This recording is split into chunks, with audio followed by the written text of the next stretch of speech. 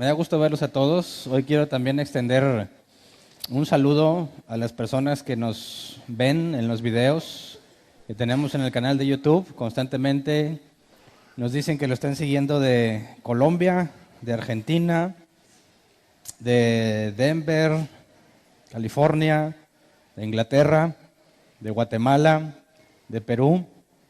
Saludos a todos los que nos están viendo. Vamos muy desfasados. Para cuando ellos vean este video, a lo mejor nosotros ya estamos en Génesis.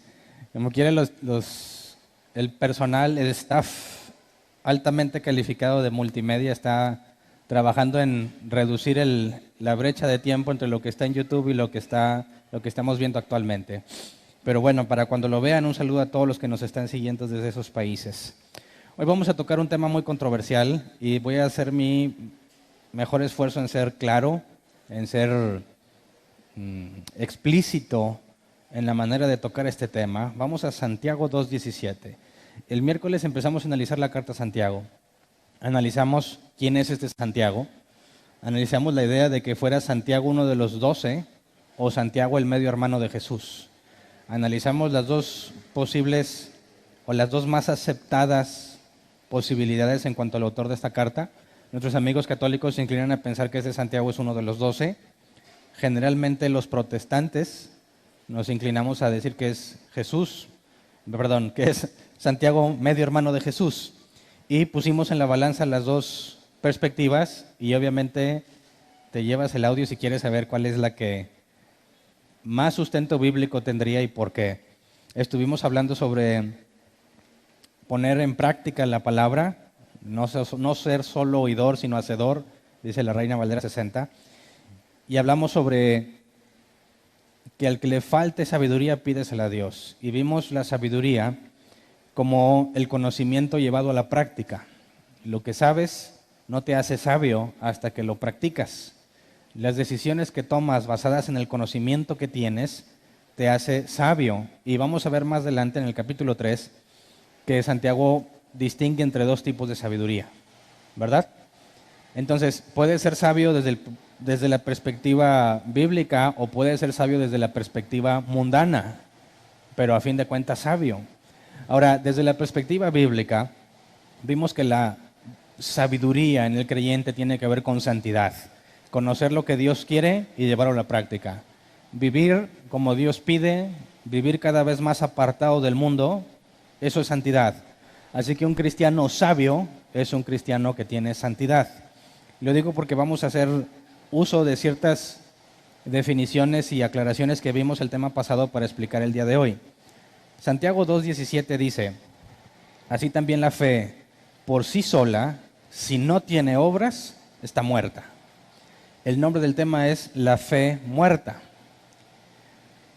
Y bueno, dicen algunos comentaristas bíblicos que leí que este capítulo es uno de los más difíciles en todo el Nuevo Testamento. Entender lo que el autor está tratando de explicar aquí ha sido asunto de discusiones a lo largo de siglos, porque en cierta forma parece ser que Santiago contradice a Pablo. Algunos creyentes, sobre todo en la historia del cristianismo, han visto la carta de Santiago como algo no necesariamente no inspirado, sino como algo difícil de comprender a la luz del resto de las Escrituras.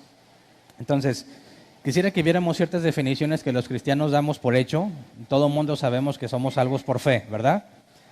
Sin embargo, Santiago nos dice en el pasaje inicial que hay una fe que es muerta. Entonces, si tú tienes fe, yo te preguntaría de cuál fe tienes. ¿De la muerta o de la que no está muerta, o sea, de la viva? Estamos acostumbrados a decir que si crees en el Señor Jesucristo, serás salvo tú y toda tu casa. A pesar, bueno, de entrada lo sacan de contexto porque no es una promesa al cristianismo, sino una promesa al carcelero, que en ese mismo capítulo se cumplió. Pero entonces pensamos que con creer basta y podemos ser felices con esa idea hasta que llegamos a la carta de Santiago. La carta de Santiago donde dice que hay fe muerta. Y vamos a leer que dice que hay fe que sin obras no sirve para nada. Entonces vamos a Efesios capítulo 2, versículo 8 y 9. Sentemos algunas bases para empezar a ver la problemática que representa en cierta forma la carta de Santiago. Efesios 2, 8 al 9, dice, Nueva Versión Internacional, porque por gracia ustedes han sido salvados mediante la fe.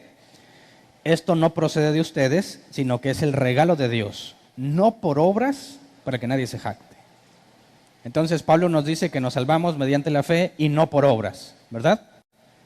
Ok, vamos a Santiago 2:14. Santiago 2:14 dice, hermanos míos, ¿de qué le sirve a uno alegar que tiene fe si no tiene obras? ¿Acaso podrá salvarlo esta fe? Entonces, ¿qué opinas al comparar lo que dice Pablo y lo que dice Santiago? Pablo dijo claramente, somos salvos por fe sin obras. Santiago dice, no, si tú tienes fe pero no tienes obras, de nada te sirve. Sí se puede ver el problema, ¿verdad? Ok. Vamos a Gálatas 3, versículos 2 y 3. Gálatas 3, 2 y 3 dice, solo quiero que me respondan a esto. ¿Recibieron el Espíritu por las obras que demanda la ley o por la fe con que aceptaron el mensaje? ¿Tan torpes son? Después de haber comenzado con el Espíritu, ¿pretenden ahora perfeccionarse con esfuerzos humanos? Fíjate, parece que estoy haciendo aquí un debate entre Pablo y Santiago y parece que están debatiendo uno con el otro, ¿verdad? Pablo dice, necesitas fe sin obras. Santiago dice, no, si tienes fe pero no tienes obras, de nada te sirve. Y luego tenemos a Pablo diciendo, a ver, ¿tan torpe eres? Si recibiste por fe, ¿crees que necesitas obras para salvarte? Y dice versículo 6 de ese mismo capítulo, así fue con Abraham, le creyó a Dios y esto se le tomó en cuenta como justicia. Y quería llegar a este punto porque Pablo, por medio del ejemplo de Abraham, quiere demostrar que no necesitas obras para salvarte, sino solo fe. Y nos dice que a Abraham se le tomó la fe como justicia. Así que aunque sus obras no eran perfectas, su fe en Dios se le cuenta como justicia. Dios decide tratarlo como si sus obras fueran perfectas, aunque no lo son. Y de eso todos debemos estar conscientes, ¿verdad? Si yo digo que soy salvo por fe, estoy reconociendo que no tengo las obras que necesito, no soy perfecto como debiera serlo. Así que soy declarado justo, aunque en sentido práctico no lo soy. ¿Verdad? Ahora vamos a Santiago 2, 23 y 24 para ver cómo respondería Santiago al escuchar las palabras de Pablo. Ahora es imaginario porque estas cartas no tienen que ver una con la otra, ¿verdad? Estoy haciendo un ejercicio nada más. Santiago 2, 23 y 24. Así se cumplió la escritura que dice, le creyó Abraham a Dios y esto se le tomó en cuenta como justicia. Pausa. Fíjate que están usando el mismo ejemplo. Ok, le creyó Abraham a Dios y eso se le tomó en cuenta como justicia y fue llamado amigo de Dios. Como pueden ver, a una persona se le declara justa por las obras y no solo por la fe. Y ese es el punto más conflictivo. Están usando el mismo Abraham, cada uno para demostrar lo opuesto. ¿Verdad? Es aquí donde dicen muchos cristianos, ya ves, lo importante es que nos amemos. No te metas en cuestiones doctrinales. Van a salir discutiendo nada más. Bueno, ¿y qué hacemos con 1 de Pedro 3:15? ¿Me ponen por favor 1 de Pedro 3:15? ¿Qué dice 1 de Pedro 3:15? Se lo he dicho tantas veces que ya deberían saberlo de memoria. Estén siempre preparados para responder a todo el que les pida razón de la esperanza que hay en ustedes. Así que cualquiera que te diga, a ver, tú que tienes fe en Dios, ¿tienes una fe viva o una fe muerta? ¿Necesitas obras o no las necesitas? Y si tú le dices, no, mira, lo importante es que nos amemos, estás pecando, porque no sabes la razón de la fe que tienes. Y con razón habla o se refiere a algo lógico y congruente. La Biblia jamás demanda fe ciega. El que tiene fe ciega no es bíblico. Es más, el que tiene fe ciega está en pecado. Porque la fe ciega jamás es promovida por la Escritura. Jesús lo dijo claramente, si no me crees a mis palabras, crea las obras. ¿Quién fue el que le dijo, cuando le dijeron a los discípulos que había resucitado, y dijo, no, yo no creo hasta que ponga mi dedo en la llaga? ¿Qué hizo Jesús? Le dijo, oye, tú créelo, nada más créelo, por fe. No, se apareció ante él y le dijo, ándale. ¿Está Jesús promoviendo una fe ciega? No, y al que no cree de sus discípulos, se le aparece y dile, ándale. Aquí está la evidencia. Y demuestra que no está demandando que le creas sin pruebas, sino que Él está dispuesto a darte la evidencia para que creas. Cuando Abraham le dijo a Dios, ¿para qué me vas a dar un hijo?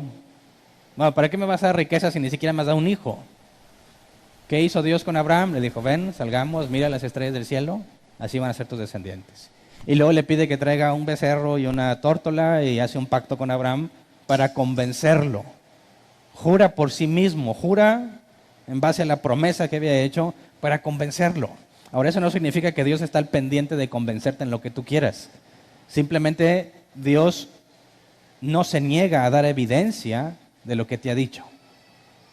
Cuando Gedeón iba a cumplir con lo que Dios le mandó, puso una señal, ¿verdad? El vellón, que es un bulto como de algodón, una bolita, le dejaba a la intemperie y decía, bueno, si amanece mojada, es que eres tú, y si el otro día pide lo contrario, ahora que amanezca seca es que eres tú, y Dios le confirma la señal para que vaya seguro. Entonces, ante la situación que tenemos aquí, y sobre todo cuando nuestros amigos ateos nos dicen que esto es una clara contradicción, que Pablo está contradiciendo a Santiago, o al revés, necesitamos dar una respuesta, ¿verdad? ¿Cómo resolvemos este punto? Y es importante porque cualquiera de nosotros que crea lo que dice la Escritura en cuanto a sí misma, de que la Escritura fue inspirada por Dios, si es Dios el autor de la Escritura, Dios no puede contradecirse, ¿verdad? Y aquí sale un tema importante cuando hablamos de la omnipotencia. ¿Puede hacer Dios todas las cosas, sí o no? ¿Sí? ¿Qué pensarías si te digo que no? ¿Soy hereje o soy bíblico? A ver, levante la mano todo el que cree que Dios puede hacer cualquier cosa. Bien levantada. Que los vean allá en Argentina y en todos lados. Gracias. ¿Puede Dios mentir? ¿Sí o no? Los que levantaron la mano contesten, ¿puede Dios mentir? Entonces, ¿puede hacer todas las cosas? ¿Pero no puede mentir? Ah, ¿verdad? Si tú dices que Dios puede hacer todo, pero no puede mentir, entonces no es cierto lo que tú dices. Las dos cosas no pueden ser ciertas.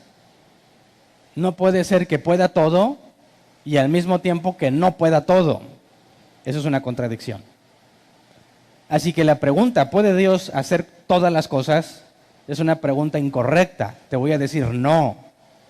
Dice, pues no, que Dios es omnipotente. Dios es omnipotente, pero no entiendes la omnipotencia bíblica. La omnipotencia de la que habla la Biblia es que Dios puede hacer todo de acuerdo a su naturaleza. ¿Verdad? O sea que no puede mentir, porque Dios no puede pecar, porque en su naturaleza le es imposible mentir. Entonces Dios es omnipotente en todas aquellas cosas que son de acuerdo a su naturaleza. Si decimos, vamos a ponernos más bíblico, ¿Dios puede tentar a alguien? Ya leímos en el tema pasado que Dios no tienta a nadie, porque Él no puede pecar. Así que eso es una evidencia clara de que Dios no es omnipotente en el sentido de cualquier cosa, sino que Dios puede hacer cualquier cosa de acuerdo con su naturaleza. ¿Verdad? Así que ahí resolvemos una contradicción. Está el típico paradigma de Dios es todopoderoso, dicen los cristianos. Sí. Bueno, ¿Dios puede crear una piedra tan pesada que Él no pueda levantar?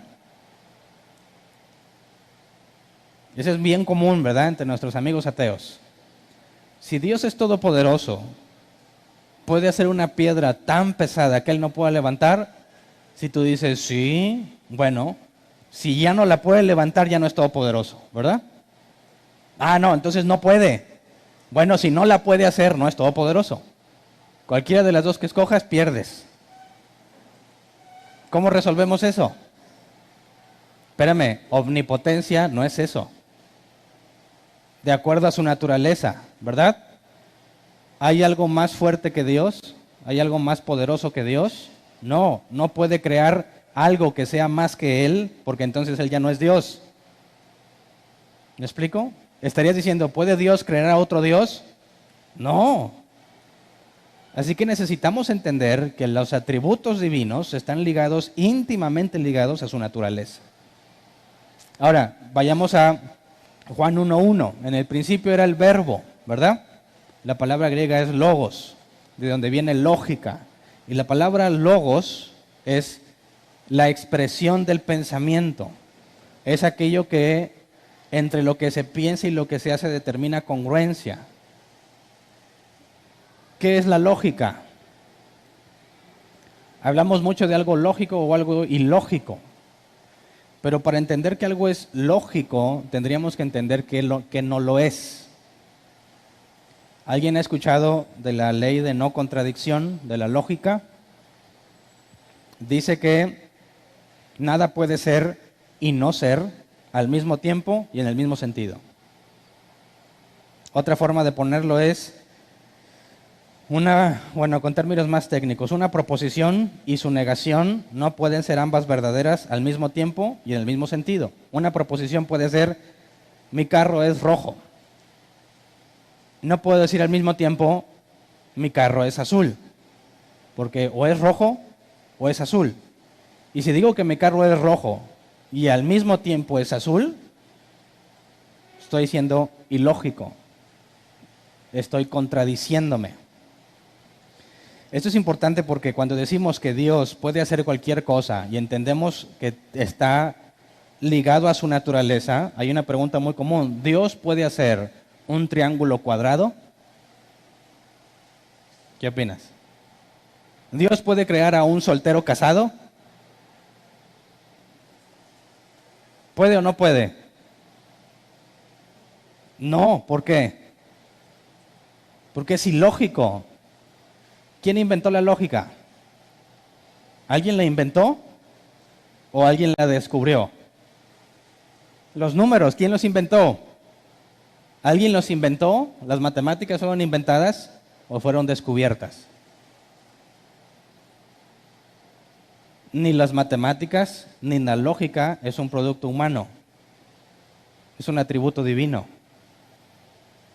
¿Me explico? No es de esta creación. Trasciende la creación. Así que es imposible que Dios haga un círculo cuadrado, un soltero casado o un triángulo redondo. ¿Por qué? Porque no puede, no, porque es contrario a quién es. Si en el principio es el verbo, el logos, y todo fue creado por medio de logos, toda la coherencia que encontramos en el universo, ¿a qué se debe? A la naturaleza de Dios. Por eso podemos afirmar en términos lógicos y teológicos que algo que es ilógico no existe. No existen los solteros casados, ¿verdad? Aunque hay algunos que juran que sí, ¿verdad? ¿Eres soltero o casado? Te dicen soltero, pero está casado. ¿Verdad? ¿Es real? No es real. Todo aquello que es ilógico no puede ser real. Nunca vas a encontrar un círculo cuadrado. ¿Verdad? Entonces, cuando hablamos de una contradicción, tendríamos que encontrar, ya que estamos tratando de ver la contradicción entre Pablo y Santiago, que uno dice que necesitas fe y no las obras para salvarte, y otro dice necesitas fe y obras para salvarte. ¿Es una contradicción? Una contradicción, otro ejemplo sería, tengo un vaso lleno de agua y sin agua. ¿Puede ser verdadero? No se puede, o tienes o no tienes, ¿verdad? Entonces, cuando encontramos que Pablo dice que necesitas fe sin obras y Santiago dice que necesitas fe con obras, parece una contradicción lógica. Y si en efecto es una contradicción lógica, entonces la Biblia no puede ser la palabra de Dios. En el peor de los casos, tiramos las cartas de Santiago, la carta de Santiago, o tiramos las de Pablo. ¿Verdad?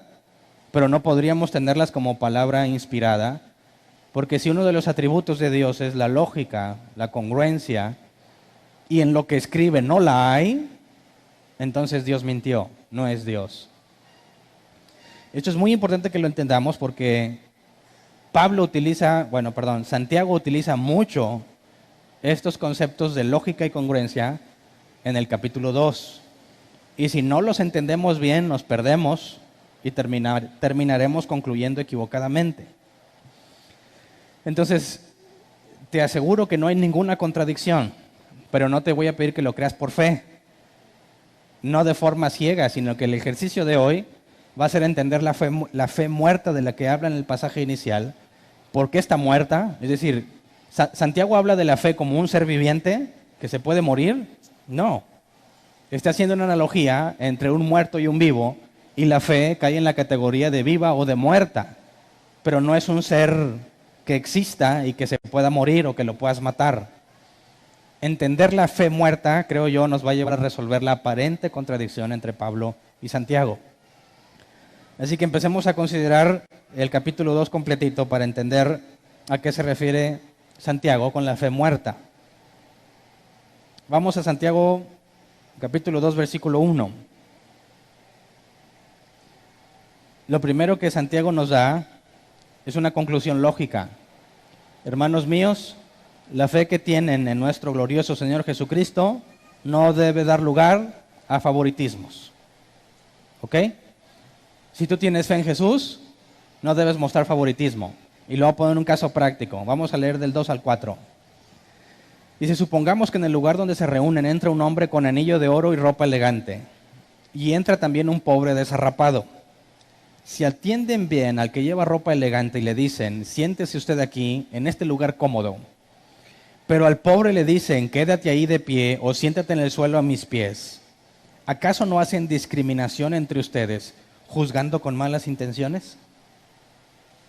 Fíjate, lo primero que nos dice es que si tienes fe en Jesús, no vas a tener favoritismos, ¿verdad? Y luego pone un caso práctico que ellos viven.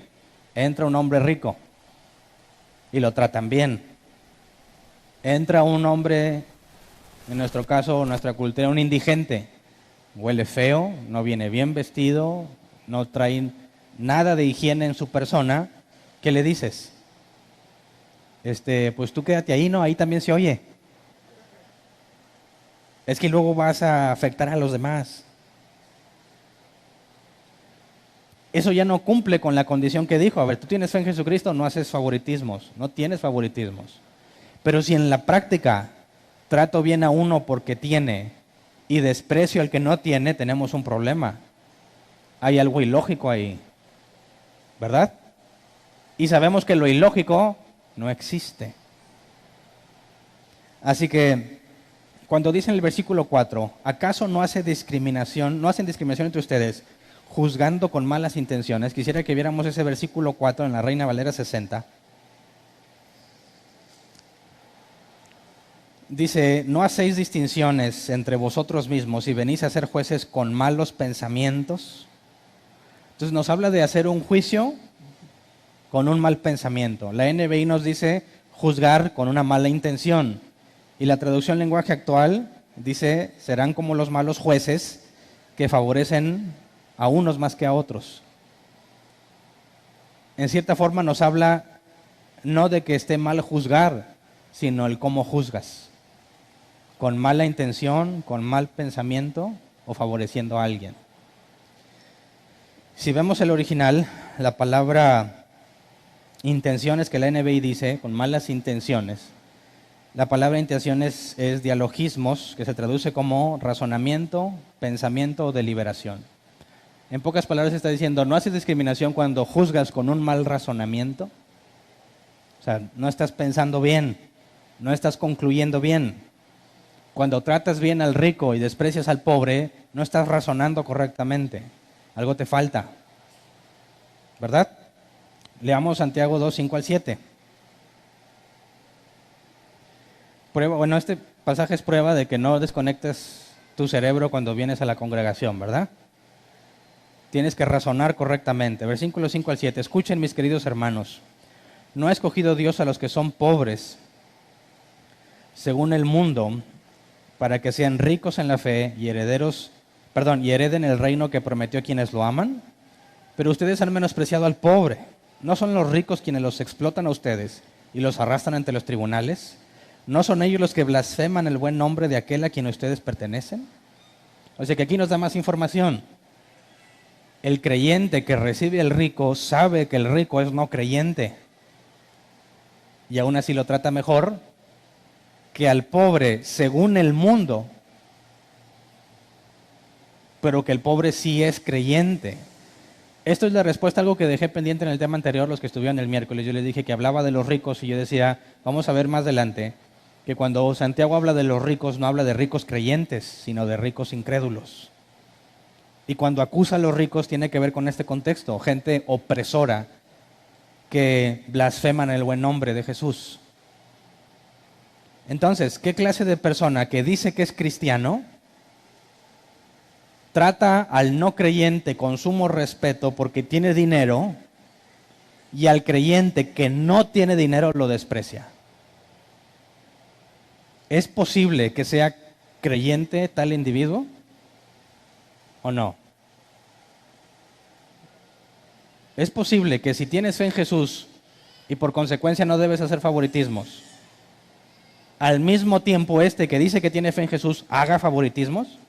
Eso es una contradicción, ¿verdad? Y las contradicciones no existen en el mundo, no existen en nuestro universo, no existen en la creación. Así que tal individuo miente. No puedes tener fe y hacer favoritismo o acepción de personas, como dice la Reina Valera 60. Ahí hay un problema grave, no cuadra. Estás mintiendo. Ese es el punto el tipo de razonamiento que Pablo dice, que Santiago dice, cuando juzgan con malas intenciones, juzgan con mal razonamiento. Lo que están haciendo no tiene sentido, te contradices a ti mismo. ¿Me explico? Entonces, cuando dice aquí pobres, quisiera que viéramos un poco más en el original. La palabra pobres es tokos, que se traduce como uno que se agacha y se encoge. Por lo tanto, un mendigo o pobre. Habla de aquel que pide limosnas. Vamos al Salmo 9:9. Salmo 9:9. Dice, el Señor es refugio de los oprimidos, en la NBI. El Señor es refugio de los oprimidos, es su baluarte en momentos de angustia. Reina Valera 60, de ese mismo pasaje. Jehová será refugio del pobre, refugio para el tiempo de angustia. Y aquí vemos cómo pobre tiene que ver con opresión. Y en el contexto de Santiago dice que los ricos oprimen a los pobres. Cuando habla de que un pobre entra a la iglesia, no nada más es pobre económicamente hablando, es uno de aquellos que son oprimidos por los ricos. Y veamos el versículo 18, de ahí el Salmo 9. Dice la Reina Valera 60, porque no para siempre será olvidado el menesteroso, ni la esperanza de los pobres perecerá perpetuamente. Así que Santiago hace un contraste. Los ricos blasfeman el nombre de Jesús porque confían en sus riquezas, no necesitan a Dios. ¿Han escuchado quién fue Marx el que dijo que la religión es el opio de los pobres? Hay mucha gente que dice las cosas de Dios y eso es para las ancianitas y la gente pobre, los que no tienen esperanza, los que tienen que atribuirle a un factor sobrenatural a su miseria, porque son tan mediocres, dicen ellos, que no pueden salir adelante. Así que normalmente los ricos se ven capaces y poderosos en sus propios criterios. Me he enriquecido y de nada tengo necesidad, dice Apocalipsis 3. Y Dios dice, pero eres un desventurado, miserable, pobre, ciego y desnudo. El rico vive engañado de sus riquezas, el no creyente, porque el creyente que es rico confía en Dios. El creyente en el contexto de Santiago es aquel que confía en sus riquezas y oprime a los pobres. Y el pobre que entra, que no tiene en qué confiar, no tiene riqueza a qué asirse, no tiene nada que le dé seguridad, ¿cuál es su única esperanza? Dios. ¿A quién deberías tratar como hermano en este contexto? ¿Al rico incrédulo o al pobre creyente? Al pobre. ¿Y qué hacían estos? Menosprecian al pobre y tratan bien al rico. ¿Pueden ser verdaderos creyentes los que se comportan así? ¿Es ilógico? ¿No puede haber las dos cosas al mismo tiempo en una persona. O tienes fe o haces favoritismos. Pero al mismo tiempo no se puede, no existe. Mientes, te engañas a ti mismo. El punto es que no te deben engañar a ti, o sea, él se engaña a sí mismo y pretende engañar a los demás. Pero si razonamos correctamente, es fácil detectar a tales individuos. Porque en la iglesia los vas a ver como creyentes. Pero hasta que convives con ellos, o en algunas ocasiones aún dentro de la iglesia, se ven estas cosas ilógicas en su comportamiento. Juran que son cristianos, pero su vida es completamente incongruente. Así que, ¿qué hacemos con este tipo de personas que está segura que es cristiana, pero que viven, entre comillas, una contradicción? Es imposible que sea cristiano, ¿verdad? Vamos a Santiago 2, 8 al 13. Nueva versión internacional, Santiago 2, 8 al 13. Dice, hacen muy bien si de veras cumplen la ley suprema de la Escritura. Ama a tu prójimo como a ti mismo. Aquí está citando palabras de Jesús, ¿verdad? ¿En qué se resume toda la ley? Ama a Dios y a tu prójimo como a ti mismo. A eso se refiere con la ley suprema. Si cumples esas dos cosas, dijo Jesús, cumples toda la ley. Ok. Dice, versículo 9, pero si muestran algún favoritismo, pecan y son culpables, pues la misma ley los acusa de ser transgresores. Aquí no está hablando de la ley de Moisés, ¿verdad? Está hablando de los dos mandamientos que resumen toda la ley. Así que si tú dices que eres cristiano y que amas a Dios y a tu prójimo como a ti mismo, pero al mismo tiempo lo desprecias, dice, pero si muestran algún favoritismo, pecan y son culpables, pues la misma ley los acusa de ser transgresores. Porque el que cumple con toda la ley pero falla en un solo punto, ya es culpable de haberla quebrantado toda. En el caso de los dos mandamientos, ¿verdad? Dices, yo amo a Dios. ¿Cómo dices que estoy pecando si amo a Dios? Que no amas a tu prójimo. Y si no amas a tu prójimo, entonces no amas a Dios. Así de simple. ¿Me explico? Versículo 11, porque el que dijo no cometes adulterio, también dijo no mates. Si cometes adulterio, pero matas, ya has violado la ley. Hablen y pórtense como quienes han de ser juzgados por la ley que nos da libertad, porque habrá un juicio sin compasión para el que actúe sin compasión. La compasión triunfa en el juicio. Entonces, fíjate, el versículo 12 es, hablen y pórtense. Yo le pondría de manera lógica y congruente con la fe que profesan. Si eres cristiano, pórtate como cristiano. No me trates de convencer de que eres cristiano si no vives como cristiano. Mientes. Así que Santiago está siendo muy duro con ellos y está atacando incongruencias en la vida de ellos. Incongruencias que no son útiles a todos nosotros para detectarlas en nuestras vidas y en la vida de los demás. Porque se nos pide que no hagamos favoritismos, que no hagas acepción de personas. Pero también nos dice la Escritura que expulsen al inmoral entre ustedes. Así que no es el hecho de que hagas una separación entre personas. Cuando expulsas a alguien de la congregación, estás diciendo, este no tiene evidencia de que es creyente. Por eso lo expulsamos de la congregación, como una última esperanza, por si Dios le concede arrepentirse ante presenciar la gravedad de lo que está haciendo. Y si no, dijo el apóstol Juan, el hecho de que salieran de nosotros demostraba que no eran de nosotros. Entonces, no nos dice la Escritura que no podamos hacer diferencia entre personas, porque claramente se nos dice en Mateo 18 el proceso que se tiene que seguir para identificar a alguien como verdadero cristiano, y si no tiene la evidencia es expulsado de la congregación. Ahí estás haciendo acepción de personas. Sí, pero mi razonamiento es correcto. Aquí el problema es que el razonamiento es incorrecto y terminas despreciando al creyente por favorecer al incrédulo pudiente. Por eso los que están sentados aquí adelante no son los VIP, No hay lugares reservados más que los de mero atrás para las señoras o esposos que sufrida y abnegadamente cuidan a sus bebitos, ¿verdad? La gente que batalla para caminar, la gente que venga en silla de ruedas puede sentarse atrás, pero es una preferencia, no acepción de personas.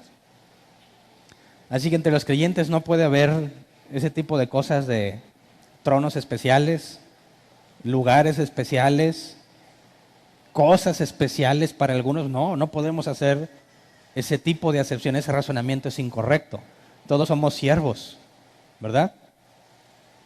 Y todos tenemos un solo hermano mayor, que es Cristo. Así que todos somos iguales indistintamente de la responsabilidad que se te confió. Por eso no es correcto tratar de hacer ese tipo de diferencias entre los creyentes. Todos nos portamos igual. Qué chido sería que ahí en el estacionamiento, que tenemos muy poco, dijera reservado para el pastor Hernán Valdés. No, yo también voy hasta allá, bien lejos, como vayas llegando. Dicen, oye, qué falta de respeto para el pastor. Al revés. Qué falta de respeto si me quieres dar prioridad y preferencia. Porque somos iguales. ¿Verdad? Entonces, ¿de qué nos está hablando Santiago? ¿Qué es lo que estamos entendiendo aquí? Fíjate cómo Santiago deja en manifiesto una incongruencia, algo ilógico que algunos pretenden decir que es verdadero. Nos da otro ejemplo, Santiago 2, 14 al 17. Hermanos míos, ¿de qué le sirve a uno alegar que tiene fe si no tiene obras? ¿Acaso podrá salvarlo esa fe? Supongamos que un hermano o una hermana no tiene con qué vestirse y carece del alimento diario. Y uno de ustedes le dice que les vaya bien, abríganse y coman hasta saciarse. Pero no le da lo necesario para el cuerpo. ¿De qué servirá eso? Así también la fe por sí sola, si no tiene obras, está muerta. ¿De qué nos está hablando aquí? Ay, espero que no se me ofendan con lo que voy a decir. Cuando saludas a alguien, sobre todo entre cristianos, es común no escuchar Dios te bendice, ¿verdad? Ok. ¿Qué pasa si hay una persona en necesidad? Dice, no tiene con qué vestirse y carece del alimento diario. Eso es una situación muy crítica. Y le dices, el Señor te bendice. Id en paz. Y te vas a tu casa tranquilamente. ¿No estás haciendo exactamente esto?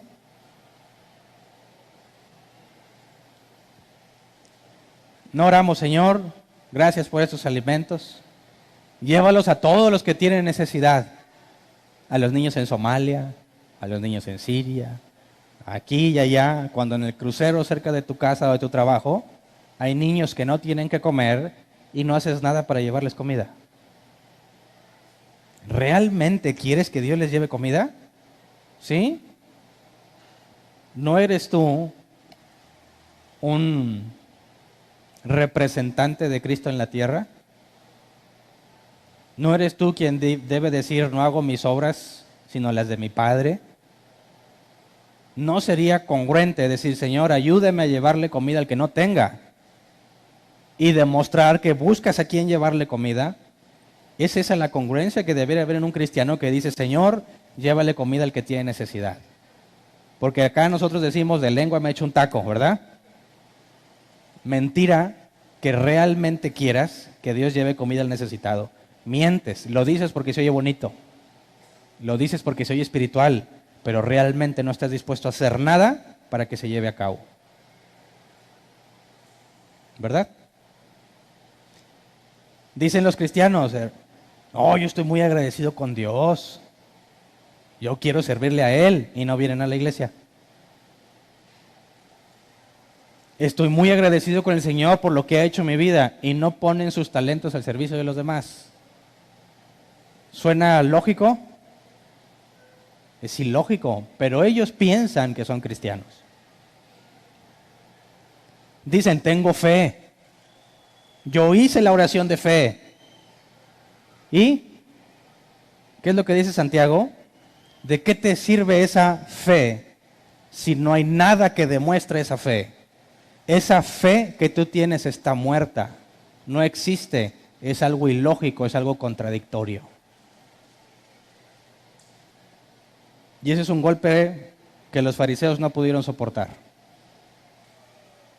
Ese fue un golpe duro que Jesús en distintas ocasiones acertó contra sus adversarios.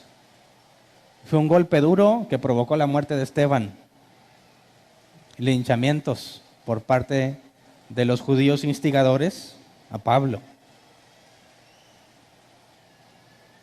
Porque es muy duro que se nos demuestre la incongruencia, ¿verdad? Porque estamos convencidos de que somos creyentes. Estamos convencidos de que tenemos fe. Y el punto de Santiago es: no te engañes a ti mismo. Si dices que tienes fe, tiene que haber evidencia de esa fe. Si no eres capaz de darme la evidencia, esa fe está muerta. No te sirve para nada.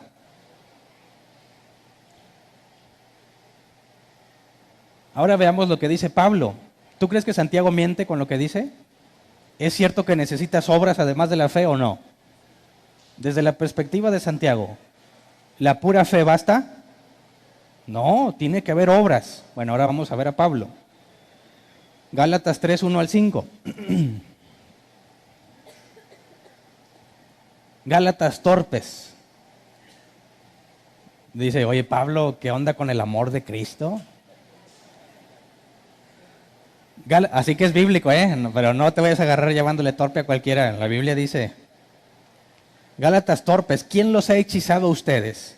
Ante quienes Jesucristo crucificado ha sido presentado tan claramente. Solo quiero que me respondan a esto: ¿recibieron el Espíritu por las obras que demanda la ley o por la fe con que aceptaron el mensaje? ¿Tan torpes son? Después de haber comenzado con el Espíritu, ¿pretenden ahora perfeccionarse con esfuerzos humanos? ¿Tanto sufrir para nada, si es que de veras fue para nada? Al darles Dios su Espíritu y hacer milagros entre ustedes, ¿lo hace por las obras que demanda la ley o por la fe con que han aceptado el mensaje? ¿De qué habla aquí? Si tú te portas lo suficientemente bien, ¿Dios te va a salvar? ¿A los que se portan mal, Dios les niega su salvación? Un ejemplo práctico en el mismo Pablo. Cuando Jesús decidió salvarlo, ¿Pablo se portaba bien o se portaba mal? Rumbo a Damasco a encarcelar a los creyentes. ¿Se estaba portando bien o mal? Mal. Saulo, Saulo, ¿por qué me persigues? Dura cosa te es dar de coces contra el aguijón. Y Dios lo salvó. En un instante, rumbo a Damasco. Pablo lo reconoce como Señor y se sujeta a la autoridad de Cristo. ¿Qué te hace pensar que tu buen comportamiento te hace meritorio de la salvación? No tiene sentido. No, Hernán, espérate. Ya me la dio, pero la puedo perder si no la cuido. Si me porto mal, me la va a quitar. Tengo que portarme muy bien para que Dios no me la quite. Bueno, versículo 10 al 14. Todos los que viven por las obras que demanda la ley están bajo maldición, porque escrito está: maldito sea quien no practique fielmente todo lo que está escrito en el libro de la ley. Ahora bien, es evidente que por la ley nadie es justificado delante de Dios, porque el justo vivirá por la fe. La ley no se basa en la fe, por el contrario, quien practique estas cosas vivirá por ellas. Cristo nos rescató de la maldición de la ley al hacerse maldición por nosotros, pues está escrito: maldito todo el que es colgado de un madero. Así sucedió para que por medio de Cristo Jesús la bendición prometida a Abraham llegara a las naciones, y para que por la fe recibiéramos el Espíritu según la promesa. Entonces, ¿de qué está hablando aquí Pablo? De que es imposible que ganes o sostengas tu salvación cumpliendo las obras de la ley. ¿Cuál ley? La de Moisés. ¿Verdad? Los cristianos ahora tienen una ley distinta que se inventaron ellos mismos. Y te dicen: si no diezmas, si no ofrendas, si no vienes a la iglesia, si te cortas el pelo, si te pones pantalón, si te depilas el bigote, si te pones perfume, si te pones aretes, si dices tal o cual palabra, si no te subes acá al frente con corbata, etcétera, etcétera, etcétera. Si no haces todo eso, no te salvas. Exactamente el mismo principio que los fariseos, ¿verdad? El fariseo se jactaba de todas las cosas que hacía, el cristiano ahora se jacta de todas las cosas que hace. Yo oro mucho, yo leo mucho, siempre doy ofrenda. ¿Y quieres que te demuestre que no es algo indispensable para la salvación orar mucho, leer mucho y asistir a la iglesia? ¿Qué le dijo Jesús al ladrón que estaba crucificado junto a él? Que en ese momento recibió fe y le dijo: Jesús, acuérdate de mí cuando vengas en tu reino. De cierto te digo que estarás conmigo en el paraíso. ¿Qué tanto oró? ¿Qué tanto leyó? ¿Cuántas veces fue a la iglesia? Ninguna. Pero su condición le impedía hacerlo. No te vayas a poner tú en el lugar de él, ¿verdad? Dice, no, pues yo ni voy a orar, ni voy a hacer esto, que al cabo ya me salvo. No, pero ese crucificado, a quien Jesús claramente le dice que va a estar con él en el paraíso, no requirió ni bautizarse. Ahí está el punto más extremo de la salvación de último minuto, por así decirlo. ¿Verdad? Entonces, ¿Pablo es correcto en lo que dice o no? ¿Pablo está equivocado? ¿Es cierto que no te puedes ganar la salvación con las cosas que haces? Es cierto. Entonces ya vimos que tanto Santiago como Pablo tienen razón. Entonces, ¿cómo resolvemos la supuesta contradicción? ¿Te parece que se contradicen? Recordemos que ¿cuál es la ley de la contradicción o de la no contradicción? Nada puede ser y no ser al mismo tiempo y en el mismo sentido. ¿Verdad? Si yo te digo, yo soy papá y soy hijo, ¿me estoy contradiciendo? No. Dice, sí, Hernán, porque o eres papá o eres hijo. No. Soy papá y soy hijo al mismo tiempo, pero no en el mismo sentido. Si yo dijera, yo soy mi papá y yo soy mi hijo, ahí sí estás loco, ¿verdad? No se puede, eso es ilógico, porque estás hablando del mismo sentido, en la misma relación. Pero si yo digo, soy papá y soy hijo, aunque lo digo al mismo tiempo y es real que soy papá y soy hijo al mismo tiempo, pero no en el mismo sentido. Soy hijo de mi madre y soy padre de mis hijos. Eso no es ilógico. Un caso bíblico, la Biblia dice que Judas se ahorcó y también dice que cayó y se reventó. ¿Es una contradicción? No. Fácilmente lo podemos conciliar. Se ahorcó y después se cayó y se reventó. Para que fuera contradicción, la Biblia tendría que decir Judas se ahorcó y luego decir Judas no se ahorcó. Ahí sí sería una contradicción, ¿verdad? Entonces, en el caso de Pablo y de Santiago, Pablo dice, la fe sin obras es suficiente. Santiago dice, la fe sin obras es muerta. ¿Están hablando de lo mismo, en el mismo sentido? No. Santiago habla de algo que se le llama antinomianismo. Ya hasta tiene nombre, muy viejo. Antinomianismo. Déjame te leo tal cual la definición de antinomianismo. Es la práctica no bíblica de vivir sin tomar en cuenta la justicia de Dios, usando su gracia como licencia para pecar y la confianza en la gracia para limpiar de pecado. En otras palabras, debido a que la gracia es infinita, somos salvos por gracia, entonces puedo pecar todo lo que quiera, que al cabo me voy a salvar. Eso es el antinomianismo. Y eso es lo que refuta Santiago. Es mentira que la sola fe basta. Dice, oye, Hernán, pero ahí tenemos solo fe. ¿Verdad? ¿La borramos? No. Lutero, cuando se dio cuenta del ataque que recibía ante la sola fe, agregó, sí, decimos que solo por fe nos salvamos, no por tus obras, como dijo Pablo. Pero la fe bíblica no está sola, requiere obras, como dijo Santiago. Así que no se contradicen, sino se complementan. El antinomianismo es el cristiano que dice, mira, yo no necesito demostrarte nada, yo lo sé. ¿Verdad? Oye, pero esa porción que leíste en la Escritura, ¿No te parece que la sacas de contexto? No importa, a mí Dios me la dio. Pero no tiene lógica. Y lo importante es la fe. ¿Qué clase de personas son esas? Antinomianistas. Exaltan la experiencia por encima de la escritura. Y si resultas ilógico, simplemente no existe. No puede ser que una persona crea algo y haga lo opuesto a lo que cree. Se engaña a sí mismo. Y Pablo habla del legalismo. ¿Qué es el legalismo? Un sistema de reglas y reglamentos para alcanzar tanto la salvación como el crecimiento espiritual. Los legalistas creen que es necesaria la estricta adherencia a ciertas reglas y reglamentos para obtener o mantener la salvación. Y eso es muy común, ¿no?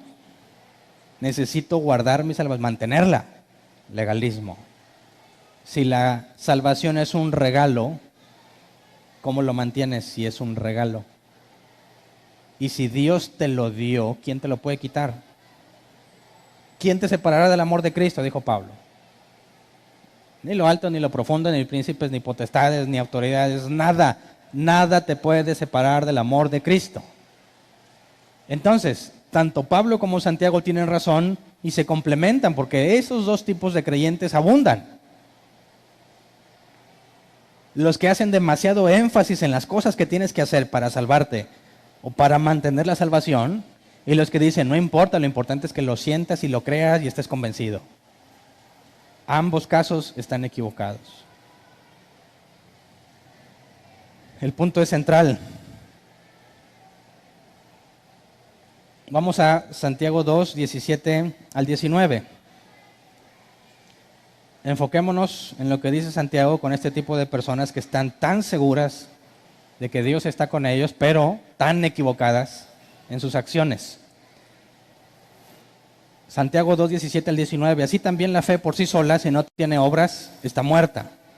Sin embargo, alguien dirá, tú tienes fe y yo tengo obras. Pues bien, muéstrame tu fe sin las obras y yo te mostraré la fe por mis obras. ¿Tú crees que hay un solo Dios? Magnífico. También los demonios lo creen y tiemblan.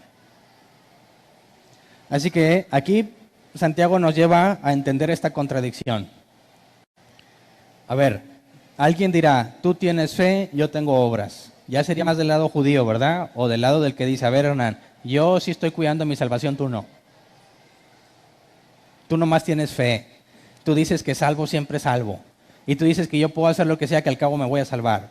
Falso. Eso ya vimos claramente que es falso. Ok.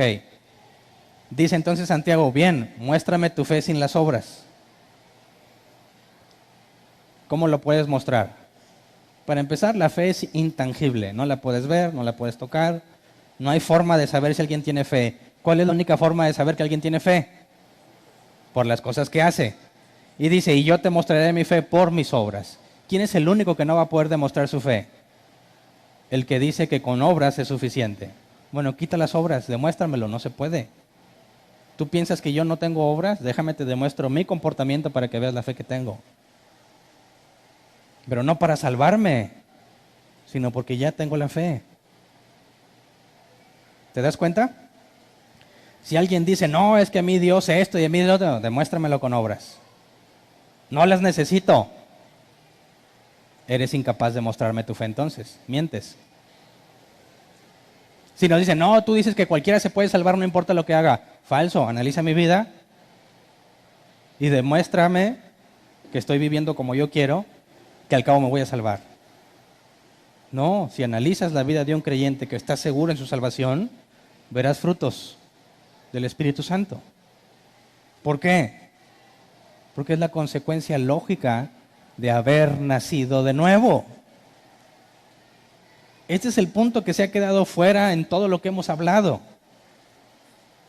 La fe por sí sola está muerta, porque aquel que dice que tiene fe pero no ha nacido de nuevo, sus obras lo delatan.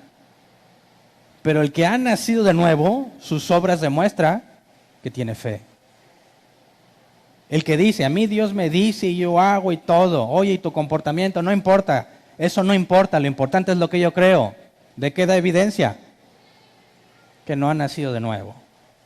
Por consecuencia sabemos a ciencia cierta, según las palabras de Jesús en Juan 3:3, si no nacieres de nuevo no entrarás al reino de los cielos. Así que podrás estar 100% seguro de que Dios está contigo, de que Dios te habla, de que Dios te ayuda, de que tú eres salvo. Pero si tu vida no cuadra con eso, estás 100% engañado.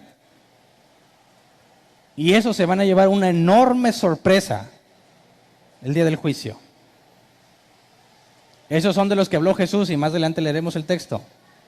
En aquel día me dirán, Señor, Señor, en tu nombre hicimos tal y cual, apartaos de mí. Imagínate qué va a sentir la persona que cuando vea que él no está siendo tratado como uno de los justos de Dios, y le va a decir, ¿qué onda, Señor? ¿Nunca checaste ministerios.hernanvaldez.com? ¿No viste todas las campañas y los conciertos y las visitas a hospitales? ¿No viste todas mis predicaciones? Apártate de mí, va a decir. Qué duro golpe. Apártate de mí, hacedor de maldad. ¿Qué hace que una persona que vive haciendo las cosas mal se convenza de que es cristiano? ¿Cómo puede ser? Y dices, ¡ay, qué gente! ¿Cuántos eran así? ¿Cuántos años viviste seguro de que eres cristiano y con tu propia doctrina contradecías la Biblia? Así que es algo que todos debemos de conocer, ¿verdad? Así que no digas, esa gente pecadora, impía. Yo no haría eso. Bueno, estás en la misma categoría que ellos. ¿Verdad? Ay. Entonces, sigamos en Santiago, versículo 20, en delante.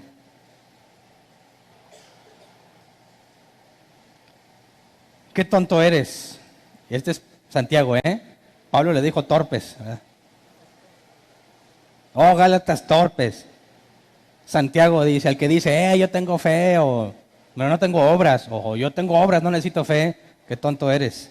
¿Quieres convencerte de que la fe sin obras es estéril? ¿No fue declarado justo nuestro padre Abraham por lo que hizo cuando ofreció sobre el altar a su hijo Isaac?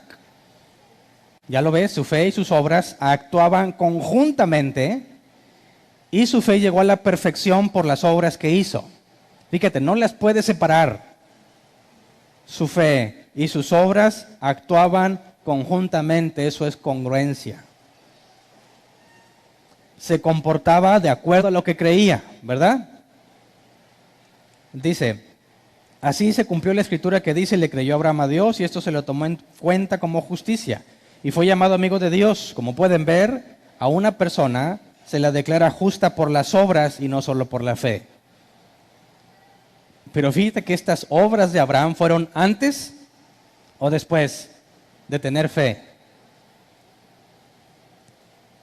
Cuando Abraham llevó a su hijo Isaac, que todos imaginan que era un muchachito, ¿verdad?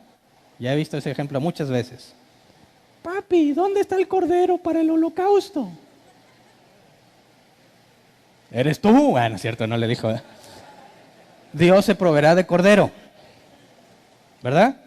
Y fueron subiendo y luego se imaginan que de alguna forma Abraham, ya muy viejo, tuvo que cargar al niño. Papi, ¿qué haces, papi?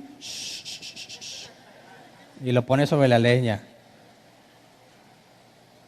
Y luego agarra el cuchillo. ¿Qué haces, papi? No pudo haber sido así. Si tú lees el original en el hebreo, es un muchacho en edad casadera, que es imposible que Abraham hubiera cargado, y él solo se subió a la leña. Él mismo estuvo dispuesto a hacer lo que Dios había dicho. ¿Eso fue antes o después de que Abraham había creído? Después. Estas obras de Abraham fueron resultado de su fe. No fue para obtener fe. Ya se le había prometido, ya tenía la promesa. Cuando Abraham ofreció a Isaac, él ya tenía la promesa y la garantía.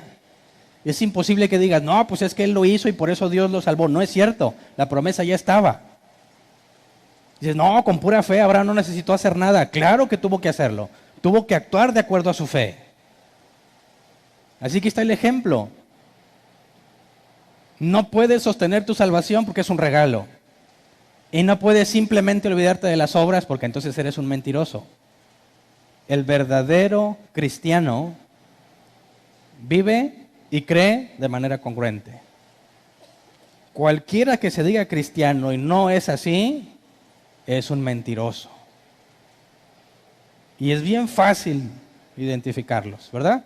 Es más, tristemente es lo que más abunda. Cristianos domingueros que vienen de un sábado de antro, de ponerse hasta las chanclas y vienen a dar su baño de pureza. Dios le bendiga, mi hermano, aquí estamos para alabar al Señor. Mentiroso, hipócrita. Piensa que engaña a los demás. No, el engañado es él mismo. Así que, ¿cuántos de aquí están engañados? No me vas a decir, ¿verdad? Porque estás engañado. No puedes decir, yo estoy engañado. No, cuando estás engañado no sabes que tú eres engañado. Y ahí está el peligro. Te puedes ir muy contento a tu casa, decir, esos se la bañan. Y tú quizás eres uno de esos. ¿Verdad? Versículo 25. De igual manera no fue declarada justa por las obras aún la prostituta Rahab. El ejemplo de Pablo. ¿Qué buenas obras hizo Rahab para ganarse la salvación siendo una prostituta? Ninguna. Pero teniendo fe, aún la prostituta se comportó de manera congruente con su fe. Dice, aún la prostituta Rahab, cuando hospedó a los espías y les ayudó a huir por otro camino, pues como el cuerpo sin el espíritu está muerto, así también la fe, sin obras, está muerta. Entonces, las palabras directas que debemos entender, que debemos nunca olvidar para hablar de un cristiano, no es su fe, no es su ministerio, no es ni siquiera si hace milagros, no es si expulsa demonios, no es si se sabe toda la Biblia, es el nuevo nacimiento. Si es una nueva criatura, es imposible que viva como los del mundo. Es ilógico actuar en contra de tu naturaleza. Y al revés, si no has nacido de nuevo, jamás podrás vivir la vida del cristiano porque es ilógico que hagas lo opuesto a tu naturaleza. Juan 3:3, de veras te aseguro que quien no nazca de nuevo no puede ver el reino de Dios, dijo Jesús. ¿Por qué no dijo, si no tienes fe? ¿Por qué aquí ni siquiera mencionó la fe hablando con Nicodemo? Entonces no necesitas fe, claro. Pero la fe sin nacer de nuevo no sirve. El estado mental en el que te encuentras convencido de tu salvación no sirve para nada. No, es que si yo lo confieso con fe va a suceder. No sirve para nada. Porque ese estado mental de convencimiento no es nada. Es tu imaginación. Y tu imaginación no cambia el mundo real. ¿Verdad? Mateo 7, 15 al 22. Cuídense de los falsos profetas. Y esta es una advertencia que aplica para nosotros. Cuídense de los falsos profetas. Vienen a ustedes disfrazados de ovejas, pero por dentro son lobos rapaces. Vas a escuchar mucho, hermanito, Dios te bendiga, hermanito, esto, te declaro esto y que te deseo esto. Por dentro son otra cosa. Por sus frutos los conocerán. ¿Ves?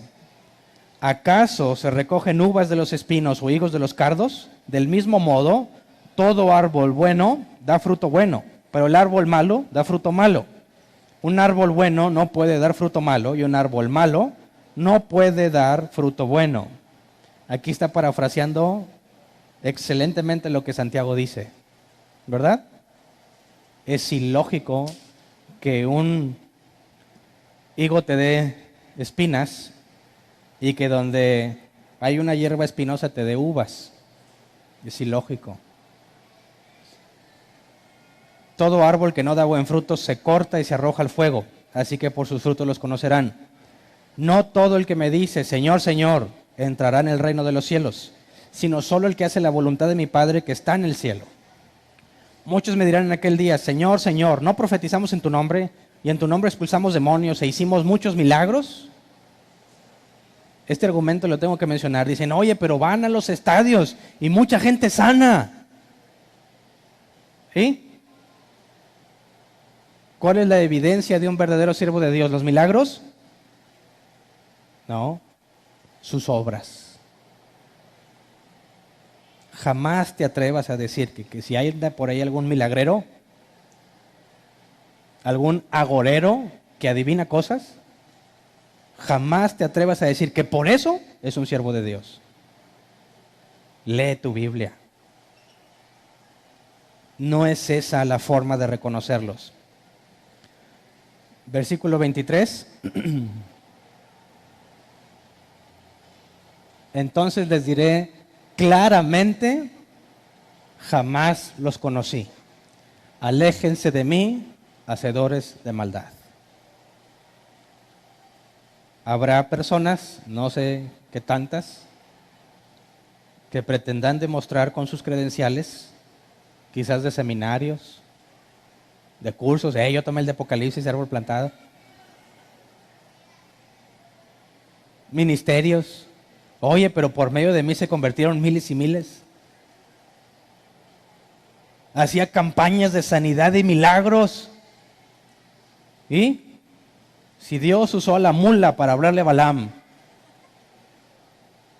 ¿qué de sobrenatural tendría el que te haya usado a ti? El medio que Dios use para bendecir a alguien no necesariamente es de Dios.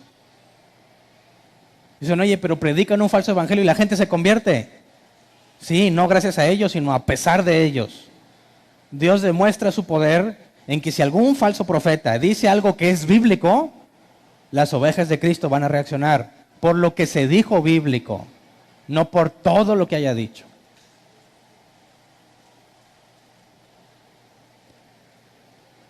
Entonces, ¿entendemos la fe muerta? ¿Entendemos que no hay contradicción? Al contrario, se complementa. Entonces seamos razonables. No dejemos que nos engañen. Lo que es ilógico no existe. Y si alguien pretende demostrarte algo ilógico, no pierdas su tiempo. Es imposible. ¿Qué tan congruente eres? No empieces a buscar a quién son así. Y dices, sí, doña esta, yo ya la conozco. Ya se me hacía que no era. Le voy a decir, hoy esta predicación, hay un mensaje poderoso para ti. No seas hipócrita, te estoy hablando a ti. Me estoy hablando a mí. El llamado no es salir a cazarlos o estar así, que a mí se me hace que tú. No, es ve hacia adentro. Examínate. A ver si la luz que crees que hay en ti no son tinieblas. Al impostor, al que pretende demostrar algo que no puede vivir, no le va a durar mucho tiempo. ¿Verdad? El cristianismo bíblico no se puede fingir. No nos preocupemos tanto por esos. Dios los va a ir sacando en su momento a la luz. ¿Verdad? Preocupémonos por nosotros. Ser hallados fieles, ser hallados congruentes, que nuestro comportamiento, como dijo Santiago, actúe conjuntamente con nuestra fe. Así que si dices, yo sé que mi Dios suplirá todo lo que os falte conforme a sus riquezas en gloria, no deberías pasar la noche sin dormir porque no tienes para pagar el recibo. Si decimos, todo obra para bien, para aquellos que conforme a su propósito fueron llamados, no tienes por qué estar angustiado por el cáncer que te diagnosticaron. No tienes que estar angustiado por el accidente, por el familiar, por tu hijo, por tu padre, por tu madre, por ti mismo, porque no tienes algo. Todo obra para bien. Y cuando ores no le vas a decir, Señor, por favor, cámbiame la vida. No, porque si tienes fe le dirás, Señor, hágase tu voluntad y no la mía. ¿Me explico? A veces con escuchar orar a un cristiano, te das cuenta de que no es cristiano. ¿Qué me dices de aquellos locos que declaro, ahora, ordeno y profetizo? Que se haga así y así y así. Espíritu Santo, te libero para que te muevas. Como si estuviera amarrado el Espíritu Santo, esperando que alguien se digne a liberar. Quiere bendecirlo, pero lo tienen amarrado al pobre. Tiene que venir alguien, te desato. Y el Espíritu dice, al fin, ahí voy. Y agarra a todos.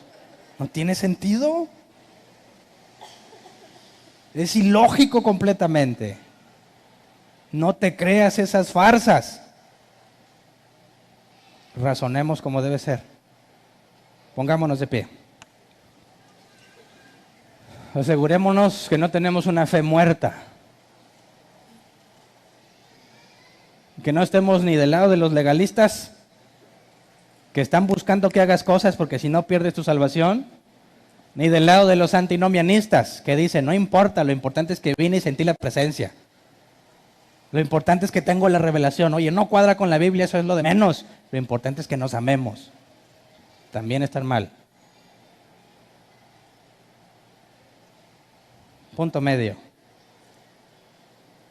Fe y obras son inseparables.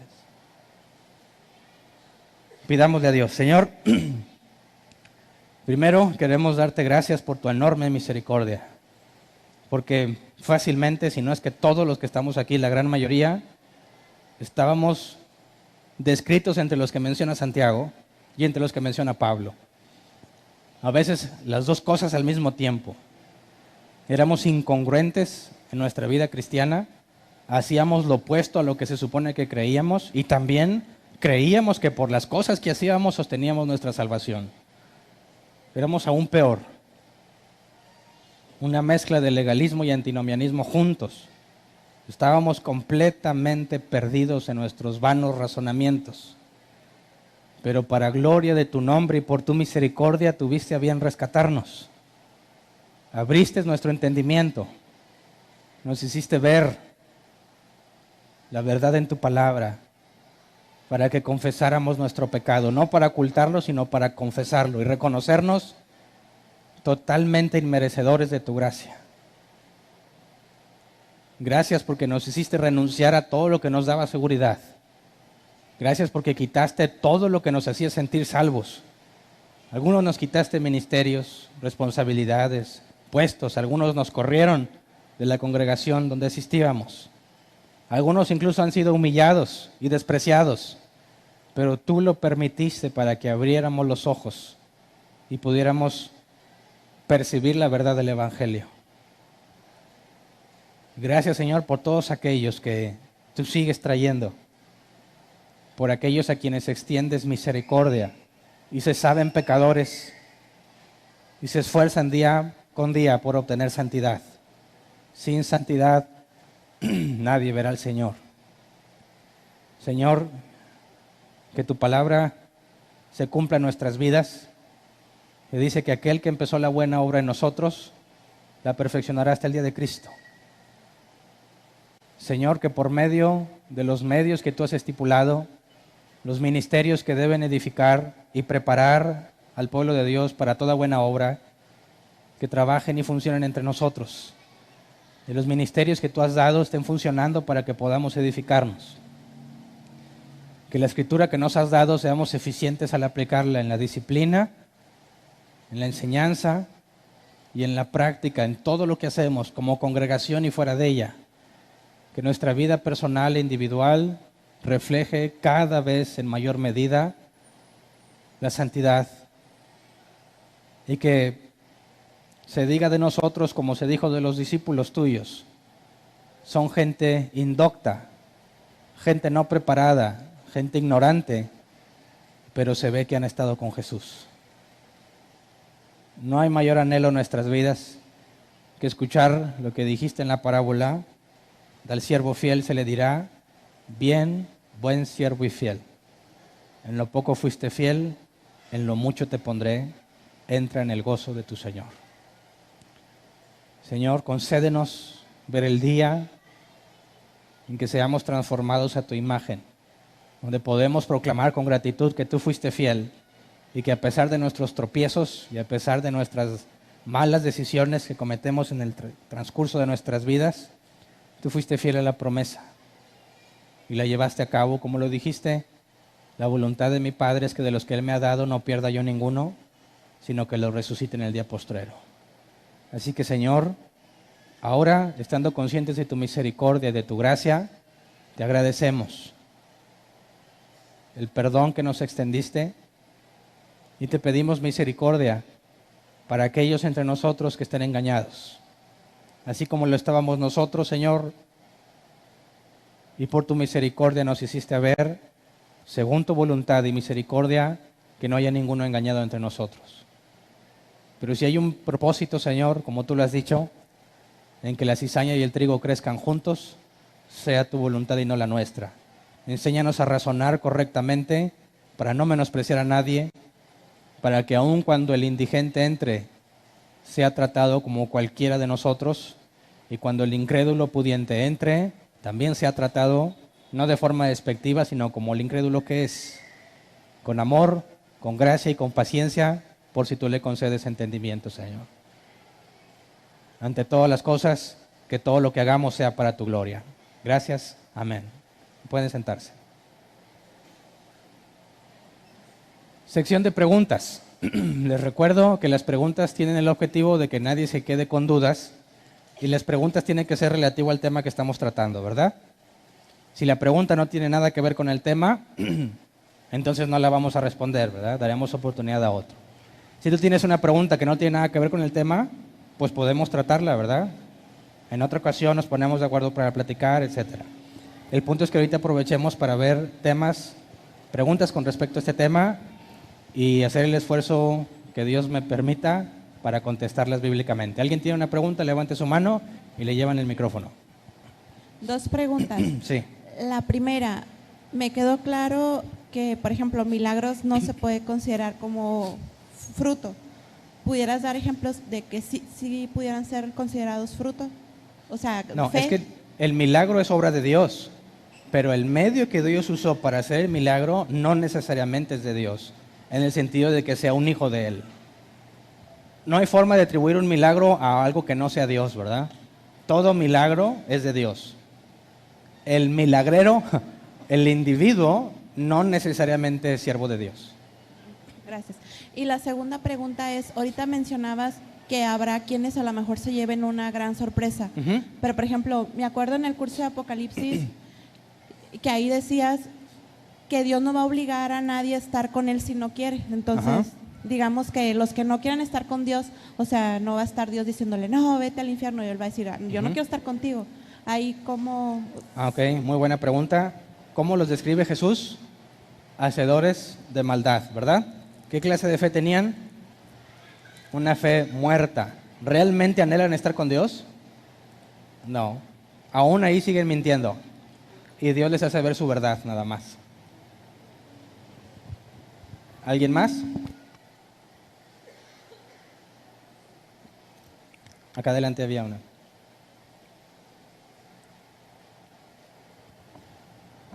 Gracias. Yo tengo una pregunta. Tengo muchas amigas de otras iglesias y muchas veces se pone el momento para platicarles, porque aquí dice en Santiago, ¿cuál? Aquí estaban, 2, 5 al 7 sobre el favoritismo. Y en muchas iglesias, a la iglesia que yo asistí anteriormente, donde van mis amigas, se habla mucho sobre los excelentísimos pastores, excelentísimos predicadores, excelentísimos hacedores de milagros, y los tratan en un punto muy alto. ¿Ellos son salvos? O sea, no dan fruto de, no, o sea, hacen favoritismos. Entonces, ¿no son salvos o no han entendido lo que realmente dice la Biblia? Bueno, la Biblia es clara en que podemos estar seguros de nuestra salvación o la salvación de alguien más, pero no hay forma bíblica de saber en cuanto a la perdición de alguien. Es decir, podemos saber que en este instante no es creyente. Eso es lo que demuestra Santiago, pero no hay forma de saber si nunca lo va a ser. Entonces decimos, estos se van al infierno porque no saben. No es cierto, no sabes. ¿Qué tal si 2 horas antes de morir, como el que estaba en la cruz, se le concede entender? Pero hablamos de una denominación de miles de iglesias en todo el mundo, en la cual todos practican ese tipo de situaciones. Sí, el punto es que podemos decir, bueno, todos esos que están ahí, en forma muy general, porque habría que ver la condición real de cada uno de ellos, en forma muy general todos tienen una fe muerta, pero eso no es nada de qué asombrarse. Jesús acusó al fariseísmo en manera muy general, aunque algunos maestros de la ley les dijo, no estás muy alejado del reino de los cielos. Entonces, la idea es que nosotros razonemos con los parámetros bíblicos y determinemos quién realmente es genuino en la fe en este momento. Y que si está en la congregación, se haga algo al respecto con tal individuo para tratar de hacerlo entender, considerando la posibilidad de que Dios pueda rescatarlo de donde está. Que Dios les abra entendimiento, dice, para que escape del lazo del diablo que los mantiene cautivos. Pero si se resiste y no quiere hacer lo que la Biblia enseña, por eso está el recurso de la expulsión. No para decir quítate pecador, sino como la última oportunidad que nosotros podemos darle para reconsiderar. Si definitivamente se va y se pierde y se muere, pues sabes, como dijo el apóstol Juan, no era de nosotros. Pero a ninguno se le debe tratar con desprecio simplemente porque no es creyente, porque caes en el mismo error de los que acusas, ¿verdad? Bueno, otra pregunta. ¿Un nacido de nuevo tiene que dar evidencia de que es nacido de nuevo? Claro. De inmediato, porque hay quien va periódicamente, poco a poquito cambiando, y hay quienes Dios cambia de inmediato. ¿Cómo? Ok. Muy buena pregunta. Tendríamos que considerarlo así. La santidad es un proceso gradual, ¿verdad? El que empezó la buena obra, la perfeccionará hasta el día de Cristo. Es toda una vida de trabajo de Dios en nosotros. Ok. Pero si yo nací de nuevo, hay cosas, como dice y lo vamos a ver más adelante, lo que le llamaban pecado de muerte. Hay pecado que no es de muerte y pecado que sí es de muerte. Los cristianos tenemos que entender eso con claridad. Hay cosas que nosotros hacemos que son pecados, pero no es el pecado de los que no conocen a Dios. La idolatría, adulterios, ese tipo de cosas no son propias de un nacido de nuevo, son pecados de muerte que los dejan en evidencia que realmente no nacieron de nuevo. Así que sí tiene que haber un cambio muy radical si la persona practicaba ese tipo de cosas. Pero por ejemplo hay un caso complejo. Hay cristianos que han nacido en familias cristianas y que su propio contexto familiar les impidió vivir como muchos otros viven perdidos. Y dicen, bueno, ¿cómo sabes que ellos nacieron de nuevo? ¿En qué momento? Si realmente no va a haber un cambio drástico o radical porque ellos siempre estuvieron en el ambiente cristiano. Bueno, en ese caso no verías un cambio tan drástico porque sus prácticas no eran tan paganas como los demás. Pero sí tiene que haber un cambio interno en su manera de buscar a Dios, de buscar nutrirse de la palabra de una forma voluntaria y no por imposición. Pero ese es uno de los casos donde no sería tan evidente para alguien de afuera, pero para los de su familia cercana sí sería evidente. O sea, quien dice, no, sabes que yo antes me drogaba y esto, y dices, vale, eso es un cambio drástico. Pero hay personas que dicen, no, pues yo nunca me drogué, yo nunca hice esto, mi testimonio no es poderoso. Entonces, no se trata de eso, ¿verdad? El punto es que el cambio que hay en ti no determina que sea grande o pequeño en base a lo que hacías, sino en el milagro del nuevo nacimiento en sí mismo. Ok, gracias. ¿Alguien más? Acá adelante. A ver quién gana. Buenas tardes. Buenas tardes. Bueno, es una pregunta, yo creo que todos conocemos, o yo sí tengo la duda de unas personas que moralmente son correctas, son buenas, de hecho no les interesa a Dios o ni siquiera ofenden ni nada, pero lo hacen por naturaleza, porque pueden, porque tienen y todo. Y yo las veo, no digo nada, pero digo, ellas, ¿dónde quedan o dónde van a quedar si no conocen a Jesús? Porque el medio único es Jesucristo. Claro. Bueno, en ese caso se habla de idolatría. No se están inclinando entre imágenes ni nada, pero atribuyen todo lo creado a otra cosa. Atribuyen todo lo que sucede al azar, al proceso evolutivo, a una energía universal, lo que sea, pero no se lo están atribuyendo a Dios. Así que el simple hecho de no reconocer al Creador como Creador te hace idólatra. Aunque moralmente hagan muchas cosas buenas, eso no cambia la idolatría que profesa. Sí, sí, es cierto, porque regularmente creen en algo o practican algo. Ok, gracias. Y me falta otra. Por ejemplo, en Rahab, bueno, Rahab, yo no lo pronuncié así, dice que por fe, ¿verdad? Ocultó a los espías, pero era prostituta. Entonces dices, bueno, pienso, entonces, si ejercía la prostitución, tenía fe. O sea, un ladrón, un secuestrador, no sé, ¿pueden tener fe en Dios? Ok. Sería imposible que tuviera fe y fuera prostituta al mismo tiempo. En el relato bíblico que tenemos es que cuando encontró a los espías, hubo un accionar de acuerdo a lo que ella decía. Sabemos que su Dios realmente es el poderoso. A partir de ahí, hay un cambio sobrenatural en ella porque no se comporta como debió haberse comportado. No iba a perjudicar a su clientela por ellos. Entonces, ahí demuestra que hubo un cambio, un nuevo nacimiento en ella. Y busca, por medio de las acciones, ser congruente con el Dios en el que cree. Y si ellos son enviados de parte de Dios, les va a ayudar a salir adelante porque ella busca al Dios de ellos.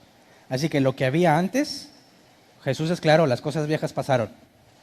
Todas son hechas nuevas. A partir de ahí es lo que cuenta. O sea, sin entenderlo ella de alguna forma le fue revelado y actuó, y a partir de ahí. En el caso de Saulo, va rumbo a Damasco, Jesús lo hace nacer de nuevo. ¿Y qué estaba haciendo? Sometiendo. Temblando, con escamas en los ojos, sin comer.